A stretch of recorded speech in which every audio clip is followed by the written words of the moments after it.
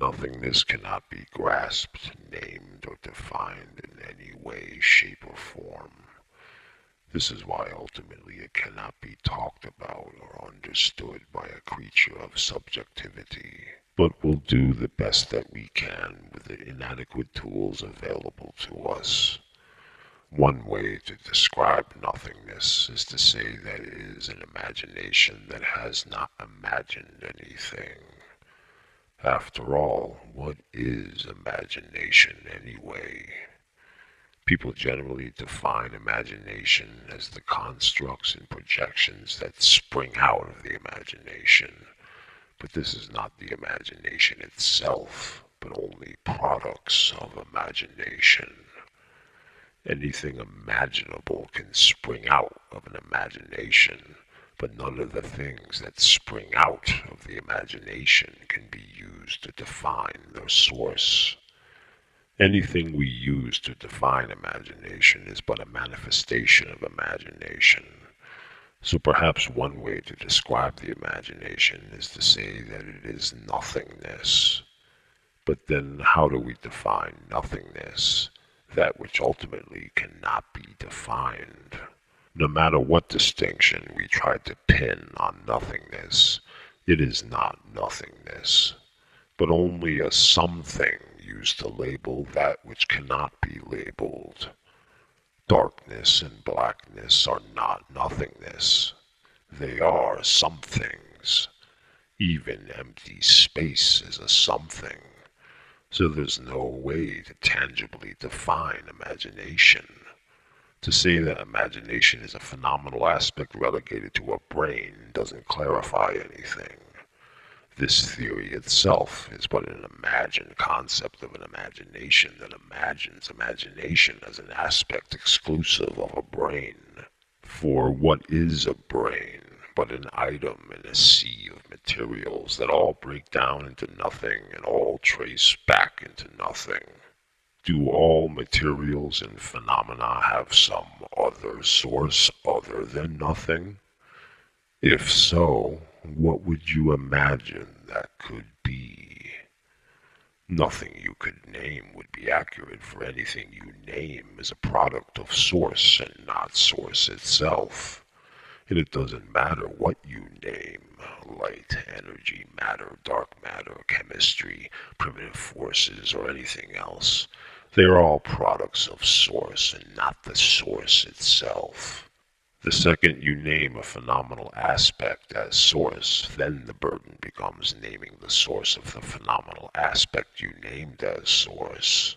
To name a phenomenal aspect as source, and to leave it at that, is not even scientific, for we know that all aspects of materials and phenomena all break down into finer qualities. And even if we eventually discover that all phenomenal aspects break down infinitely, then the question becomes, what is the source of all the phenomenal aspects that break down infinitely? Eventually you're going to reach nothingness, for all phenomenal aspects require empty space for a context, and even empty space, the closest thing to nothing that man can conceive of, needs a context. Wherein is empty space contained? To say that empty space has a substance still doesn't clarify anything, for what is the source of the substance of empty space? So source imagination really can't be called anything. It has no substance whatsoever, whether energy, matter, or spirit, or anything else imaginable. Isn't that a paradoxical irony? That imagination has no way to imagine what imagination is. About the closest thing you're going to come to defining imagination is to say that it is pure potentiality, a vast sea of unrealized and unlimited possibilities. And even this description is inadequate, for all these aspects: pureness, potential, vastness, sea, realization, limits, and possibilities are all but aspects produced by imagination and not imagination itself.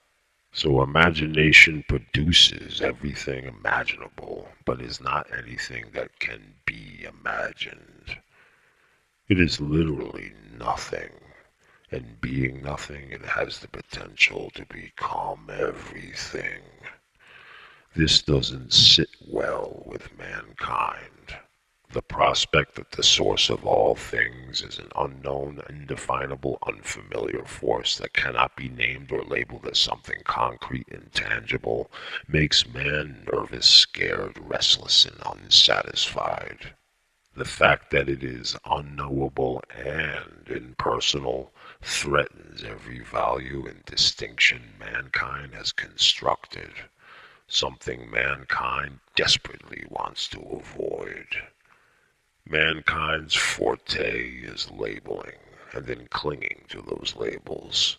And the greatest nightmare for a connoisseur of disambiguation is the notion that the entire contextualization of knowns, labels, definitions, values, truths, beliefs, laws, and absolutes is but a contrived spectrum manifested from an unknowable, undefinable, impersonal source that has no preferences, favorites, morals, alignments, or any kind of stake or interest in the contrived spectrum. It produces it, but that's it. There's no meaning other than assigned meaning. No truths or facts other than assigned truths or facts. No distinctions of any kind whatsoever other than assigned distinctions. And so this is what man does. He assigns meaning, truth, facts, morality, values, and discriminations on nothing, and then foolishly takes these things to be real and important. In desperation, he defiantly tries to personalize the impersonal source to give himself a sense of psychological contentment. Hence the birth of the concept of God. This is mankind's easy, quick-fix theory to the paradoxical conundrum. And of course, conveniently, God just so happens to be endowed with all the familiar attributes cherished by mankind. God has preferences, a gender, a culture, a value system, and a moral code. It's kind of obvious what's going on, isn't it? Mankind claims that he was created in God's image, but it's the other way around. Man created God in his image. Man thinks that he emulates and reflects God, but actually God is just an emulation and reflection of man. God is but an ideological concept, yet another aspect created from source, but is not the source itself. So when you boil it down, all God amounts to is a pacifying security blanket. Science is a little better in that it doesn't try to prematurely slap a label on the source of all things, but it's not too much better. For science is a wild goose chase that doesn't lead anywhere, despite giving the deceptive impression that it is leading somewhere. Mankind thinks that by sorting through materials and phenomena that this will eventually lead to a clear definition of the source of all things, but it won't. There's just no way for science to bridge the gap. For how can one name the unnameable or define the undefinable? So ultimately science is an exercise of futility. It is much like a dreamer sifting through dream content in hopes that it will reveal the source of the dream. Discovering the nature of a dream has nothing to do with formulating a concept or sorting through materials, but everything to do with a maneuver of awareness. A dreamer goes lucid and realizes that the world he's in and the persona he is assuming is all but fabric of imagination. There is an awareness of an illusion, and that's all there is to it. This is another good way to define the functionality of imagination, the production of a series of varying dream states, ranging from solid continuity all the way to fluid abstract. And as we can clearly see with dreams, everything in a dream is all made out of the same substance. We might have an incredibly complex dream, replete with a multitude of different characters, materials, substances, and phenomenon, but despite this appearance is all but one substance, what could be referred to as dream substance. But what exactly is this substance? Just as it is recognizable when we go lucid in a dream, it is also recognizable in the mundane waking state that we associate as being not a dream. It's been called enlightenment or a spiritual awakening, but essentially it's the same thing. Going lucid in the everyday life we call the true reality. In any state, whether fluid dreams of sleep or in the solid waking reality, lucidity entails the awareness of the oneness of awareness, that there really is only a wholeness, no separation, and that it's all made out of the same stuff. And what is this stuff? The substance of dreams and illusion. Awareness, the primary substance of imagination that takes on all forms, appearances, materials, and phenomena. The primary substance of awareness is as far as awareness can go in the awareness of awareness. This is why that even though awareness can recognize itself as total pure awareness, the primary fundamental essence, we should not jump the gun and assume that this is an absolute. For even the all-encompassing substance of pure awareness is but a produced aspect of the unknowable source. So this means that even with enlightenment, we still cannot know the true nature of our being. We can trace it all back as far as we can go to total pure awareness, but we can't go any further than that. And even if we could go further and merge into the source of the oneness, there would be no way to talk about it, describe it, conceptualize it, or make it familiar. So this is why not knowing is the most supreme wisdom. For even if enlightened, you still don't know a damn thing. Great, you've realized all is one. But other than that, what do you really know? But that's just it. You can't ever know the source of the oneness of total pure awareness. And even if you could, then would come the question of what is the source of the source? What produces nothingness? From what did the pure potentiality of unrealized and unlimited possibilities manifest? Nobody knows because it can't be known. We can't even know the source, so forget about knowing the source of the source. It is completely beyond the scope of mankind.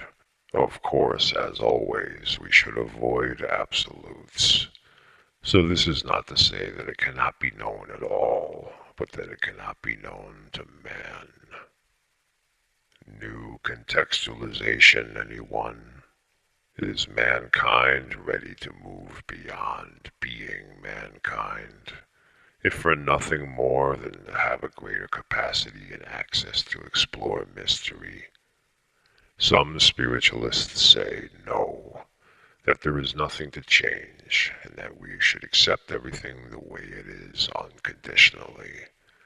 That's fine, but it's really not saying much. Everything runs its course and is the way it is, regardless of whether mankind accepts it or not. To completely deny or avoid change is impossible, and even if possible, would only result in stagnation. All there is change, and change never stops changing. The only thing about change that doesn't change. One shouldn't confuse accepting the way things are with keeping things the way they are. So instead of trying to force change, or from trying to keep change from changing, man should simply flow with the change naturally. The flow is so much more fluid and easy when you're not struggling against it.